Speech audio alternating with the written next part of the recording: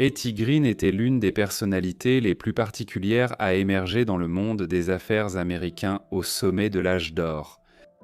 Bien qu'elle ait été l'une des femmes les plus riches des États-Unis, Hetty avait la réputation d'être une grande avare. Et elle allait même plus tard être connue sous le nom de la sorcière de Wall Street. Ici, nous explorons sa vie et son histoire. Mais avant de commencer, pensez à vous abonner si vous aimez ce genre de contenu. Henrietta Howland Robinson est née le 21 novembre 1834 dans la ville de New Bedford, dans le Massachusetts, de parents Edward Mott Robinson et Abby Howland. Elle venait d'un milieu très aisé et sa famille dirigeait la plus grande flotte de baleiniers de la région. Tout en étant également impliquée dans le commerce américain avec la Chine, à une époque où ce commerce était fortement protégé et où seul un nombre limité de personnes étaient autorisées à y participer, entourée d'hommes d'affaires tout au long de sa jeunesse, elle s'y est rapidement impliquée elle-même. Enfant, elle a commencé à lire des rapports boursiers et des journaux financiers, et à l'âge de 13 ans, elle travaillait déjà comme comptable pour l'entreprise familiale.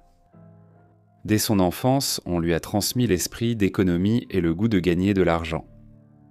Une fois, Henrietta a déclaré à un journaliste « Mon père m'a dit de ne jamais rien donner à personne, même pas de la gentillesse. » Henrietta, qui a reçu le surnom abrégé Hetty très jeune, n'a pas gagné sa première fortune elle-même.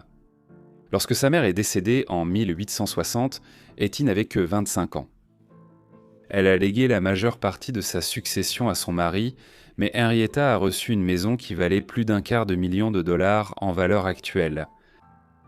Par la suite, son père a diversifié l'entreprise familiale, investissant dans des compagnies maritimes de New York et achetant des obligations d'État, qui rapportaient le taux incroyablement lucratif de 6% d'intérêt par an. Le pays venait tout juste de sortir de la guerre de sécession, et il y avait beaucoup d'argent à gagner dans la reconstruction de l'économie. Le père de Hetty s'en est très bien sorti à l'époque où il est décédé, 5 ans après sa femme. En 1865, il a légué 6 millions de dollars à Hetty, une somme équivalente à plus de 100 millions de dollars. À la même époque, sa tante est également décédée, laissant à sa nièce un confortable héritage de 2 millions de dollars. Cependant, les successions concernées sont devenues l'objet de longues batailles juridiques dans les années qui ont suivi. Elle a également reçu des centaines de milliers de dollars en espèces, et cet argent combiné a fait de Hetty une femme très riche. Sa détermination à suivre sa propre voie en matière de gestion financière s'est manifestée dans son arrangement matrimonial. Au début des années 1860, elle avait rencontré et entamé une relation avec Edward Henry Green, un homme d'affaires basé à Boston, dont les activités financières impliquaient également le commerce avec la Chine. Il était lui-même millionnaire. Alors, lorsqu'il épousa Hetty en 1867, elle insista pour qu'un accord soit mis en place afin qu'il n'ait aucun droit sur son argent et sa fortune. Ils eurent ensuite 2 enfants, Edward, né en 1868, et Henriette, connue sous le nom de Sylvia, née en 1871. Tous deux sont nés à Londres, où le couple s'était installé pendant quelques années, à la fin des années 1860 et au début des années 1870. Hetty et Edward finirent par se séparer au milieu des années 1880, bien qu'ils soient restés mariés et se soient partiellement réconciliés plus tard dans leur vie. La cause de leur brouille était due au fait qu'Edward avait rencontré des problèmes financiers après leur retour aux États-Unis en 1873. Eh bien, à plusieurs reprises, elle a dû le tirer d'affaire en lui donnant de l'argent, mais à cette époque, elle en avait largement assez pour cela. Hetty Green était devenue l'une des principales investisseuses du capital financier en pleine expansion de l'Amérique pendant l'âge d'or de Wall Street. Sur l'île de Manhattan à New York, Hetty est apparue dans le monde des affaires américains pendant la période dite de l'âge d'or. C'était la première étape de la mondialisation, car la prolifération des chemins de fer, de l'électricité, du télégraphe et du téléphone a ouvert de vastes régions du monde.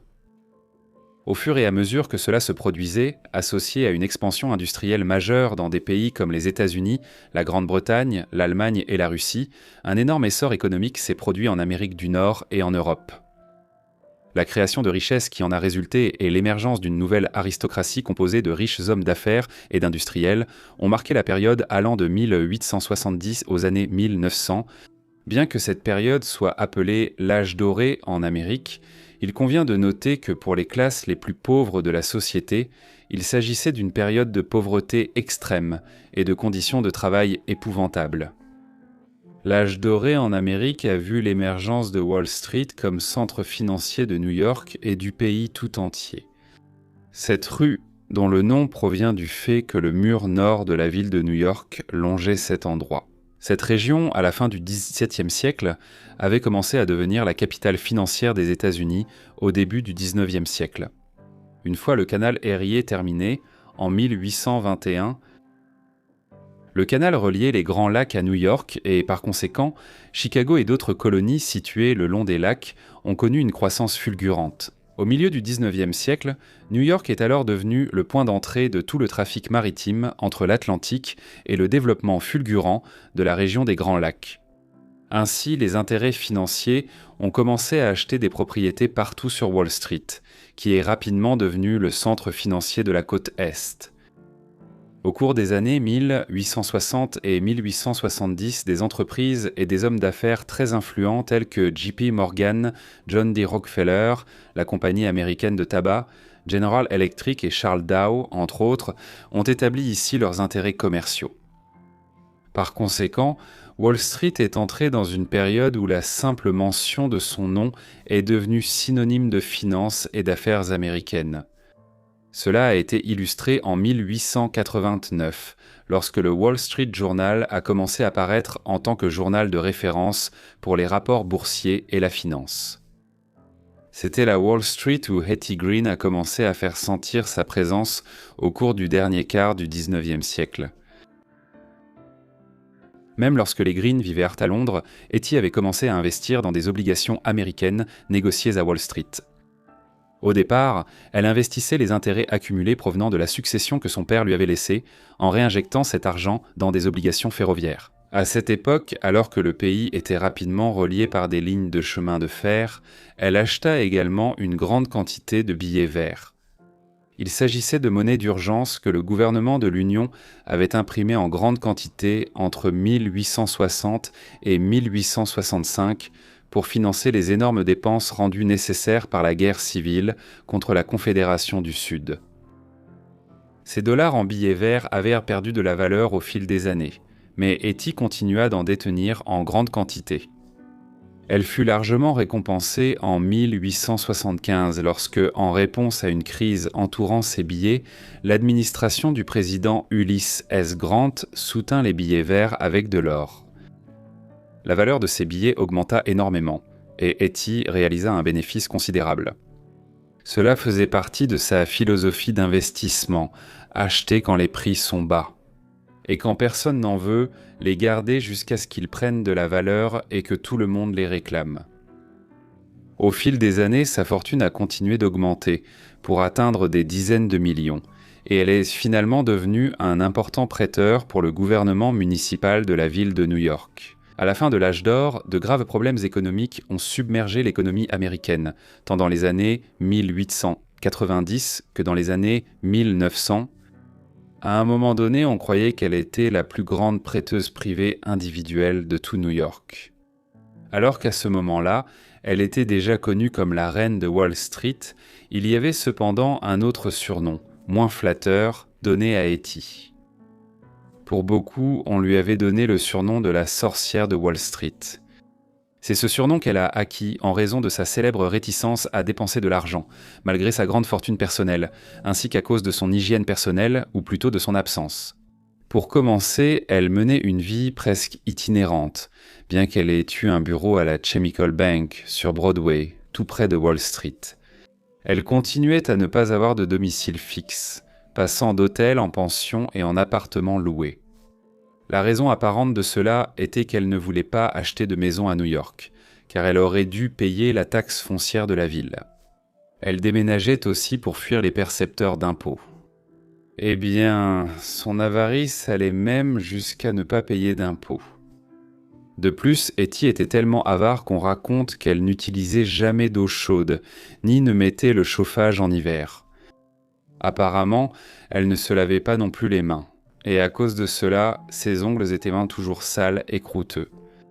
De plus, beaucoup affirmaient qu'elle sentait mauvais, surtout pendant les mois d'été. On disait que son odeur était si insupportable que ceux qui travaillaient dans le même bureau qu'elle restaient aussi loin qu'ils le pouvaient d'elle. Elle évitait même d'aller chez le médecin et choisissait d'économiser de l'argent. Après 20 ans à souffrir d'une hernie douloureuse, elle n'a alors eu d'autre choix que de se faire opérer. Malgré sa richesse immense, elle a été scandalisée par le montant à payer et a essayé d'y échapper. Il existe d'innombrables histoires concernant sa légendaire avarice, même si certaines ne sont peut-être que des récits. On pensait qu'elle portait la même robe noire tous les jours et qu'elle la gardait jusqu'à ce qu'elle soit tellement usée qu'elle devienne complètement en lambeaux et vire au vert à cause de la saleté. Et ce n'est qu'à ce moment-là qu'elle achetait une autre simple robe noire. Une autre histoire raconte qu'elle a passé des heures à fouiller dans une calèche. Elle cherchait un timbre qui avait été perdu. Il valait 2 centimes. Cette histoire de timbre est peut-être fausse, mais avec sa réputation, on n'en était jamais sûr. Pourtant, il ne fait aucun doute que Green s'habillait habituellement d'une robe noire, peut-être en partie à cause de son éducation religieuse en tant que Quaker, ainsi que de son avarice. À ce sujet, Hetty déclara « Juste parce que je m'habille simplement et que je ne dépense pas une fortune pour mes robes, on dit que je suis bizarre ou folle. » Il y avait cependant bien plus d'aspects négatifs à la manière zélée dont Hetty Green protégeait de sa fortune. Elle désapprouvait les prétendants de sa fille Sylvia, veillant à ce que Sylvia reste célibataire jusque dans la trentaine.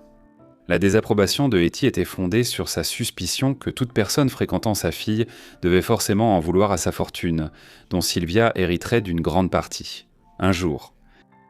Finalement, un prétendant, Matthew Astor Wilkes, la rencontra et obtint une approbation conditionnelle, principalement parce qu'il était un membre mineur de la très riche famille Astor et possédait lui-même une certaine fortune indépendante.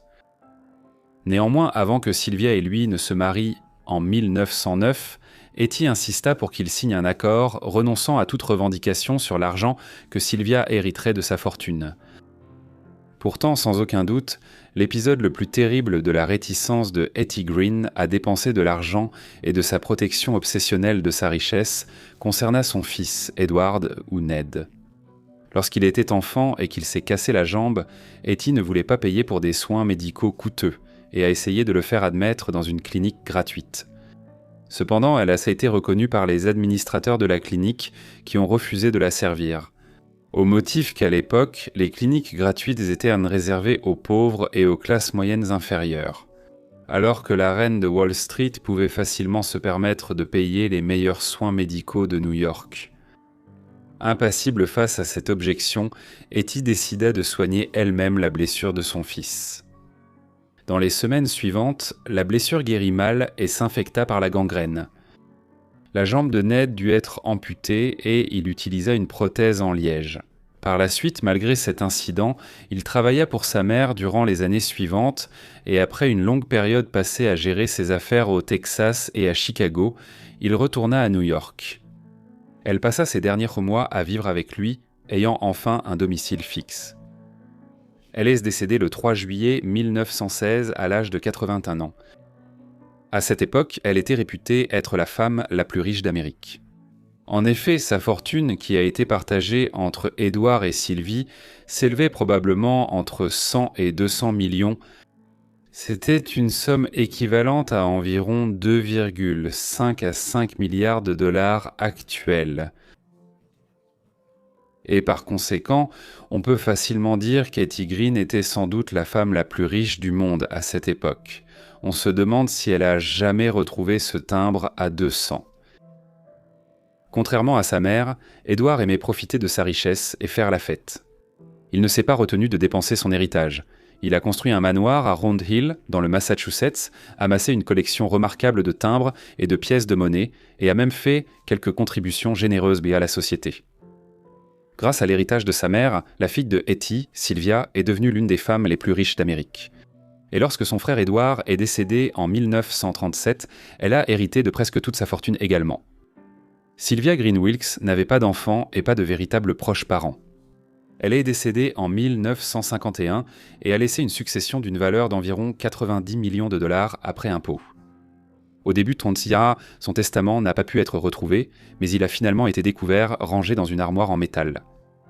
La plus proche parente génétique de Sylvia, une cousine, était mentionnée dans le testament et a reçu 5 000 $, mais elle est allée en justice et a ensuite obtenu 140 000 $. Le reste de sa fortune a été partagé entre œuvres caritatives, écoles et hôpitaux. Ainsi, à la fin, une grande partie de la grande fortune de la sorcière de Wall Street, qu'elle était si réticente à dépenser, a été donnée à de parfaits inconnus. Salut les gars, j'espère que la vidéo vous a plu. La vidéo de ce soir a été narrée par Monsieur Knox. Si vous aimez les histoires effrayantes, vous pouvez en trouver d'autres de moi là-bas. Un lien se trouvera dans la description. Mais pour l'instant, merci. Abonnez-vous à Forgotten Lives et à la prochaine lorsque le narrateur habituel sera de retour.